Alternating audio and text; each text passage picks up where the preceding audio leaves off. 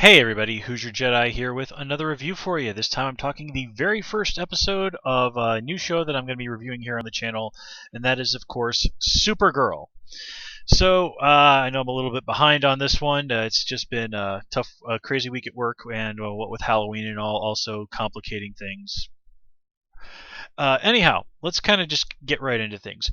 All in all, I felt this was a reasonably good episode. I mean, as far as pilots go, yeah, I mean it's solid. You can definitely see that there's a pretty good bit of potential here. There's definitely the sense that the show is still kind of finding its feet, but this is really par for the course for a lot of TV shows. It always seems to take, even for very good shows, about 3 or 4 episodes for things to really fall into place, for the writers and actors to really start clicking with the characters and the storyline. And I mean, like the story in this episode is really, really nothing to write home about. But the characters seem to work. The world that they're putting this in is an interesting take on the DC universe. So, like I said, there's a lot of potential here. It just needs some time to gel. So let's get right into things.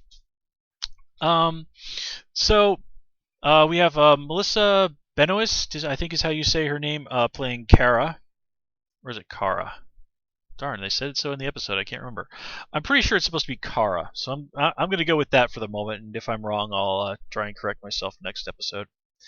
Anywho, so she's not somebody I was familiar with before this show started. In fact, before the episode aired, all I knew about her was that apparently Jeb Bush thinks she's hot. And we're just going to leave it at that.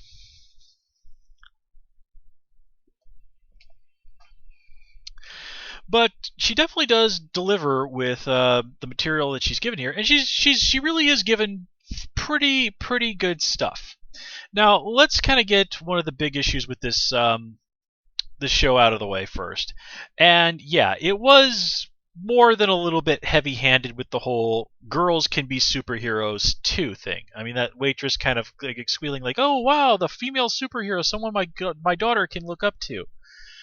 And as TV trope says, some anvils need to be dropped.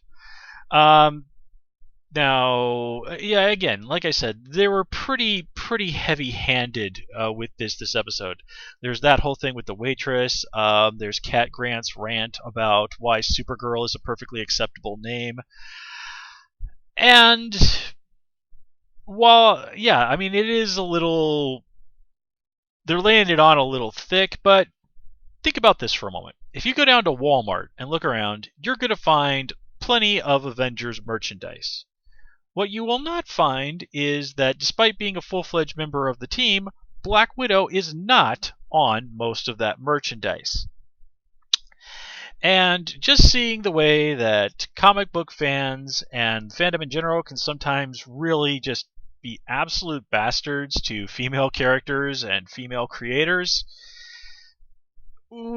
we've made a lot of progress, folks, but there's still a long way to go out there. So, while I think having to put up with a little bit of ham-handedness occasionally is a small price to pay for the ultimate benefit of having comics be a place where everybody truly is welcome and respected. Again, we've made a lot of progress in recent years, but boy, is there still a way to go. So I think the show can be forgiven for laying that on a little thick because, well, let's face it, when was the last time we had a female-led superhero show that lasted more than a brief period of time on television? Been a pretty damn long while. And even in the comics, solo female superhero titles, I mean, of course, there are ones that do really well. For example, the current Miss Marvel book. But if you compare the number of those to the number of ones starring male heroes, well, let's face it. I mean, there's definitely been Spider-Girl and Spider-Woman titles, but never has one of the female Spider people had 4 ongoing books a month, unlike Spider-Man. And ditto that with Superman and Batman. So, But anyway, so Melissa Benoist as Kara. She's in a lot of ways, her take on Kara is in a lot of ways a better Clark Kent than, for example, Tom Welling ever got to be. Now, we can't really lay that too much on Tom Welling. He did amazing work with the scripts he was given, and if you sat through all of Smallville the way I did, man oh man was he delivered some stinkers. But just sort of seeing her play this classic nerdy sort of character, that was kind of cool. I mean, that sort of take, the incredible super being pretending to be this nerd. I mean, it's just such a classic of the genre, and Melissa Benoist really does rock that idea. Now, I was a little bothered by some of the backstory that gets woven in here. I mean, all the stuff that happens on Krypton. I mean, that's pretty classic stuff. I did feel a little bad that her dad never really got a moment to say goodbye to his daughter. But at the end of the day, this is a show that's really kind of focused on sort of let's say the yin side of things. Let's put it that way. And I'm sure they'll find some way to sort of deal with Supergirl's dad in the future. But for right now, it's kind of her mom who's important. But anyway, once she gets to Earth, that's kind of where things change a little bit. And in the original story where they first introduced Supergirl, Superman just basically takes Kara to an orphanage, says like, hey, here's a wig, hide your blonde hair, and don't use your superpowers until you've gotten used to living on Earth. Now let's stop and take that for a moment. You take your own cousin and dump them in an orphanage. Now, granted, the idea was supposed to be that once Supergirl had adapted to Earth, that she was kind of going to be Superman's secret weapon, but yeah, that's pretty bullshit, one way or the other. The more modern takes on Supergirl's origin pretty much always have Clark take her to his parents, Ma and Pa Kent, because, well, let's face it, they're really the only two experts on the entire planet on dealing with a teenage Kryptonian. And the Kara has usually gotten along pretty well with the Kents, or at least kind of taken they mean well, but they just can't help me with what I'm going through. Other versions of her, she's actually had a pretty strong bond with the Kents, which I've always thought was nice. Now here, for some reason, Superman dumps her off on the scientists, the Danvers, who are apparently friends of his. I'm just gonna guess. No, let's also get another elephant out of the room. There are a lot of weird legal reasons why they can use some Superman characters and not others. And this is tied up with all the arcane intricacies of entertainment law and corporate politics. Basically, when the studio buys the rights to do a superhero movie, X amount of characters come with it. And, like, for example, Arrow. Arrow has used characters like Ra's al Ghul and Huntress, Firefly, all Batman characters. But they can't use somebody like the Joker or Poison Ivy or Alfred for whatever reason. And again, this is all kind of just what the legal department, what the business executives are going to let them do. And the intricacies of this are really just, for the most part, beyond what we as fans are ever really going to be privy to. We just have to understand that basically it's business. Okay, the people at the companies, they don't want fans getting confused. Like, fear of confusing people is a big thing, and every side of the corporation is, of course, trying to do what's best for them. And just because two entities are part of the same corporation doesn't necessarily mean that they're friends and want to share their toys. It's a big, complicated thing. And this is we as fans just sort of have to accept that this is how it works. I mean, if you notice, they really don't use the word Superman a whole lot in this episode. And we've got this whole Superman versus Batman movie, and they don't want things like, is Supergirl set in the Nolan Batman universe? Oh, and it was like the same thing when like Arrow started. Is Arrow set in the Nolan Batman universe? And as fans, we just want to go like, no, you stupid dumb shit. Of course not. But the non-comic book fans basically understand. Okay, Superman and Batman are part of the same company. So if there's this Superman thing here and this Batman thing here, then well, aren't they going to be in the same universe? And that's just how the non-comic book people think. And because they're the ones who are kicking in the majority of the money at the box office and on TV, well, who gets played to. We, the more dedicated fans from the comics and all of that, that's where they throw in those Easter eggs and stuff for us. But at the end of the day, it's really not the people who buy the comics that bring in the lion's share of the money. I mean, comic books themselves are not a huge moneymaker. It's taking those characters and turning them into animated shows, into movies, into live action television. That's where the money is. That's where the real money is. Comic books are just sort of a place to farm ideas and create new characters who can eventually be developed into intellectual properties. But let's kind of get back into here.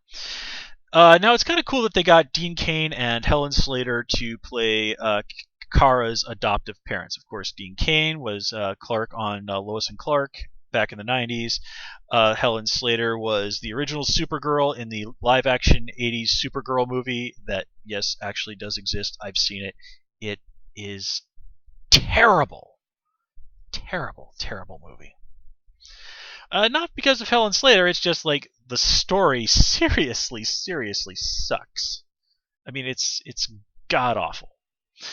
But again, this is kind of one of those things where they're really just sort of doing those nods to the fans, and that's cool. Here, Kara is also given this adoptive sister, Alex, which, kind of a nice twist. I mean, it sort of is an interesting idea. Now, Kara herself, her thinking is, okay, the world already has Superman. What do they need me for? Which is kind of weird thinking because think about all the good that Superman does in the world. Okay, if there's somebody out there who's just like him, then the amount of good that can be done in the world is doubled. So it really does kind of strange that she has this idea, but on the other hand, if you stop and think about it, she's even kind of makes the point here that if she steps out there as a super being, then everybody's just going to constantly be comparing her to Superman, and that whole how do I stand as my own person? How do I not be in Superman's shadow? Has always been one of the big things with Supergirl's character, and that's something that even the creators in the comics have always struggled with. And this rubs some people the wrong way. I've personally never had a problem with that, simply because that makes sense. If Superman is there first, then obviously Supergirl comes along. Well, of course, people are going to compare the two of them.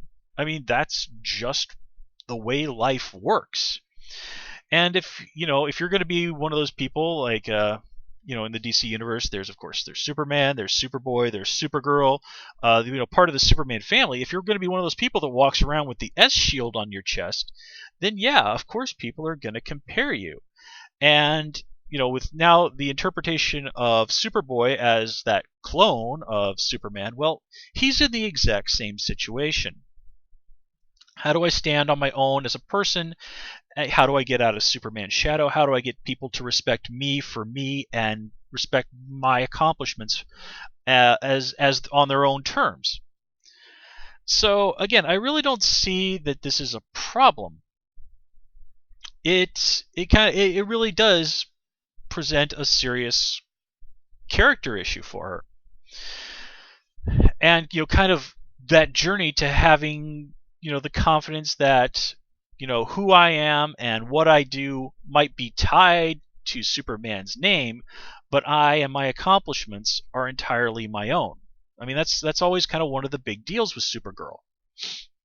And starting her off here where she's really just like, well, nothing I could do compared to what my cousin has already done, so I might as well just pretend to be a normal person. Well, that's her starting point. And the end point is that part where she's like, "Hey, I'm every bit as good as Superman, and my accomplishments are my own. And if people are going to compare us, well, that's on them, not on me." So I do like her development as a character through this episode. She starts off very not really wanting to do this.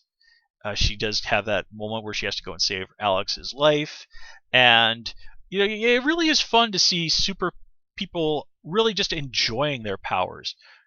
People who are happy about being like this.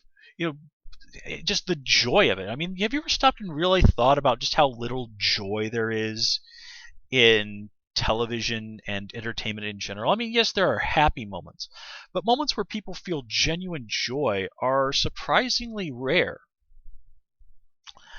Um, so, I mean, it's all very by the book superhero origin stuff. We have the goofiness with the costumes, and some of those are, of course, nods to old Supergirl costumes from the past. And yeah, Supergirl has had her share of extraordinarily bad costumes. Uh, what can you do, folks? What can you do? And of course, we get a very basic villain for her to start out with, and there's confidence issues and blah blah blah blah blah, and they introduce kryptonite again and again. I don't want to go into this forever because again, it's really by the book superhero origin stuff. But as by the book as it gets the job done, and Melissa Benoist does a really great job with what she's given. One thing about Kara as a character, though, is actually her relationship with her boss, who's of course played by Callista Flockhart from Ally McBeal. And I'm just watching all those scenes with the two of them together, and I'm like, why in the world would you want to work for Cat Grant? I mean, she's a terrible person.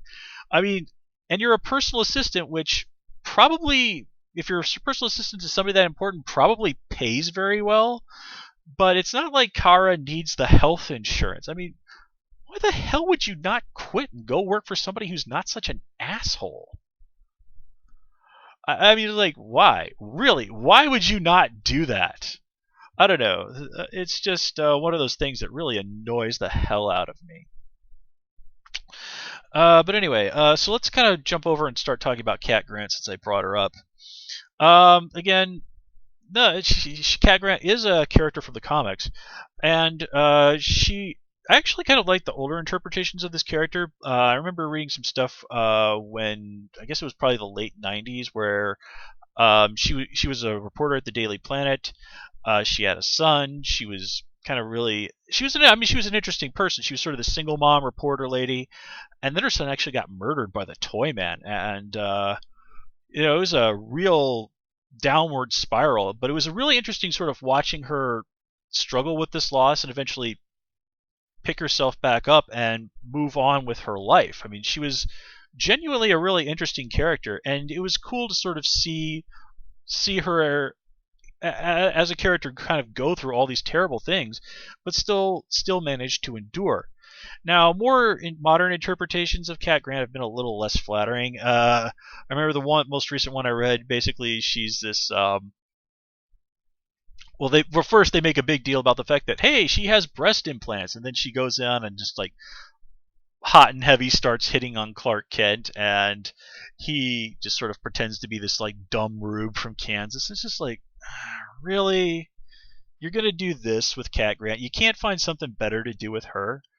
Now, turning her into this sort of asshole-ish corporate executive, I don't think is doing the character any favors either.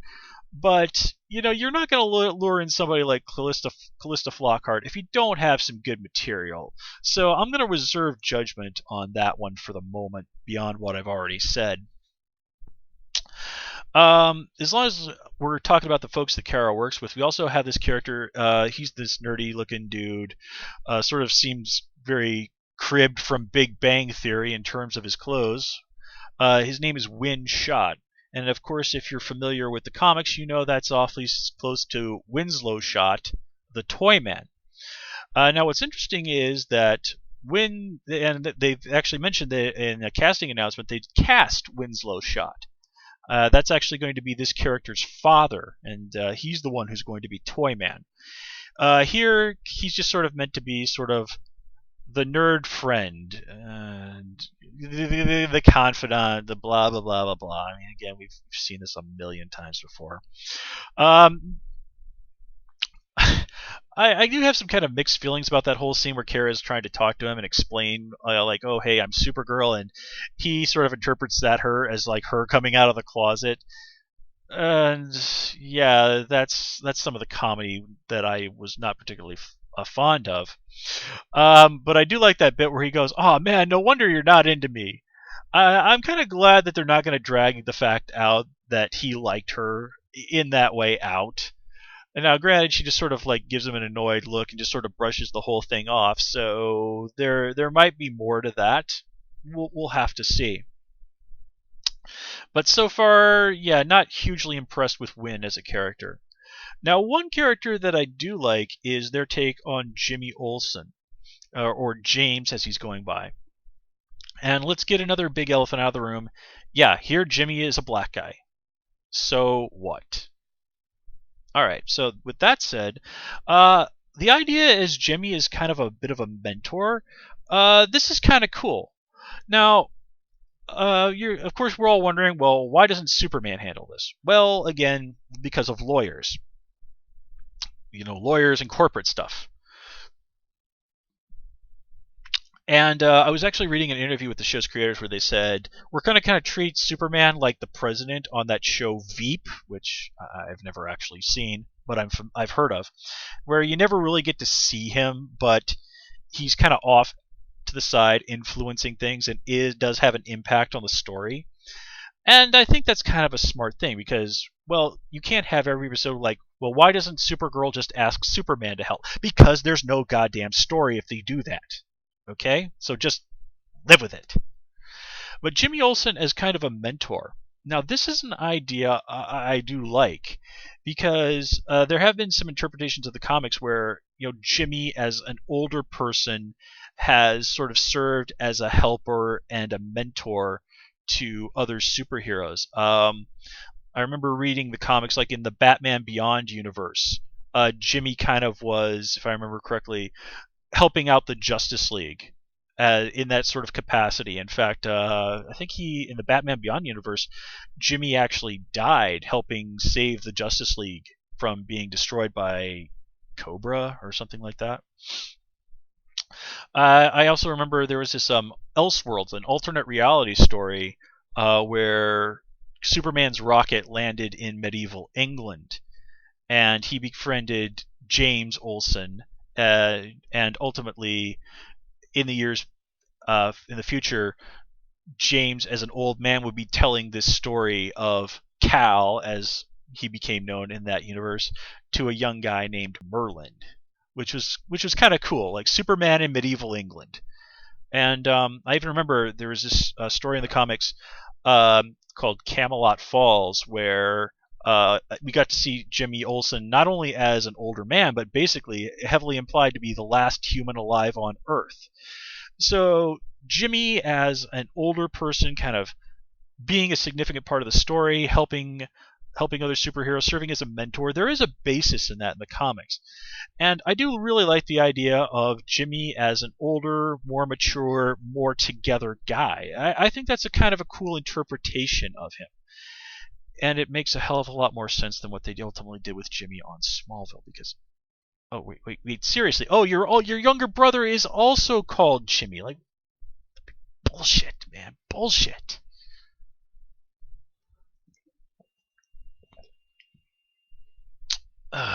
Man, Smallville. There were some seasons of that show that were really good, but there are some that, even after all these years, I am still bitter about. I mean, God almighty. I wouldn't wipe my ass with season 6 of Smallville. Anywho. So let's move on and talk about Alex, Kara's adoptive sister, briefly. Again, she's reasonably well fleshed out. We see her sort of wanting to help her sister, but she's on the side that staying hidden is really what keeps Kara safe. Damn it. And I do like that there is a little bit of tension between the two of them once that she's a DEO agent comes out. But at the end of the day, I think they did a good job with balancing Alex as a character. Whatever her actions might be, it is very clear that her desire, her motivation is to help and protect her sister. It's just what they think is what Kara thinks is best for herself and what Alex thinks is best for her. I doubt this is going to be the last time that these two things butt heads. Now, the DEO. This is something that we've seen is also something from the comics. It was actually introduced back in the 90s. I remember when it first was introduced to the DC universe. It was in a book called Chase, and it followed the exploits of Cameron Chase, a DEO agent. Now that character's kind of fallen by the wayside over the years, but the DEO has sort of stuck around as sort of the roughly kind of people who deal with superpower, the government agency that deals with superpowered stuff in the DC universe that isn't Argus. So them as kind of the guys who have to deal with all these crazy alien stuff on Earth. Well, it feels a little bit Agents of S.H.I.E.L.D., but I can forgive that. Now, one of the things that we do have here is the character Hank Henshaw, who, yes, in the comics is a white guy. And this kind of feels a little bit like Felicity Smoke on Arrow, where the name's the same, but the character is just radically different. In the comics, Hank Henshaw is... Oh, man, I can't even... He has an enormous history, and long story short, he's a villain in the comics. Here, he's portrayed as being kind of a dick, but one who kind of makes a point like, hey, there's all these aliens out here, and they're a serious threat to Earth. But we do see that he is willing to give people credit where credit is due, so points to them on that. Let's see. Who else do we have to talk about? Well, I don't really have too much to say about the alien guy, Vartax or something. He is a character from the comics, but not one that I'm familiar with, so I really have nothing to say about that. Just that, well, it certainly is convenient that it looks like all these aliens happen to look almost exactly like humans. But that's pretty par for the course in comics, so I don't think we can complain about that too much. Now, having what looked like to be our big bad turn out to be Kara's aunt and her mom's twin sister. Now, I gotta admit, that was a good one. When they started talking about the general, of course, my mind jumps to General Zod. But, there's no reason that there couldn't have been, like, for example, there's no reason that General Zod couldn't have been a female. I mean, they did seem to have gender equality on Krypton. And taking that idea and just sort of turning it into a new character, that's pretty cool. I really like that. I mean, the idea that Kara is basically going to have to go up against her own aunt, and I like how even like her right-hand guy is like, dude, like, boss, you sure you're cool with killing your own niece? And she's like, yep, totally cool with it. I mean, that really does set up some very interesting stuff. I mean, how would you feel if somebody looked exactly like your mother was out there gunning to have you killed? I mean, wow, that would be quite the punch to the gut. Now, I'm a little confused by this whole thing of like how Kara's rocket pulled this prison out of the Phantom Zone. Okay, look at the size of that rocket, which Superman apparently just left laying in the desert, so somehow the DEO got their hands on it. I was like, wow, Superman, you're kind of a dumbass for doing that. But you said, oh, your rocket pulled that thing out of the Phantom Zone. Well, when we see the prison, we see like some kind of engines fire up, which of course raises the question: why would you put engines on a space prison? But that doesn't make sense. I mean, this little thing is probably like the size of like one of those Honda, probably like not even the size of like a Honda Civic. It's supposed to have pulled a building? That makes no damn sense at all. How did it do that? Did that thing come with a tractor beam? I mean, yeah, gravity can do weird stuff, but again, this just doesn't make sense. So I kind of have to call bullshit on that. Now, the idea of this prison being the source of all of our alien villains, that's pretty cool. I am sort of scratching my head, though, because they do say that Superman and now Supergirl are the only two superpowered beings on the planet. I mean, aside from these aliens. So basically, in this version of the DC Earth, metahumans, normal humans who have gained powers from various means, don't seem to exist, or they don't exist yet, which is a bit of a head scratcher. But we'll see how long that lasts. I do know of at least one metahuman villain from the comics who is scheduled to be here on the show, so we'll see how it goes. So anyway, I've been yammering on for about half an hour, so I think it's time to wrap this up. As I said, at the end of the day, the Supergirl pilot episode, it's not bad. It's obviously going to take some time for it to find its feet, but everything I see here tells me that this has the potential to be a real quality show, real fun stuff. So with that said, guys, I'm going to call it here. As always, please comment, rate, and subscribe. Of course, you can follow me on Twitter at Hoosier Jedi, and until next time, take care and have a good one.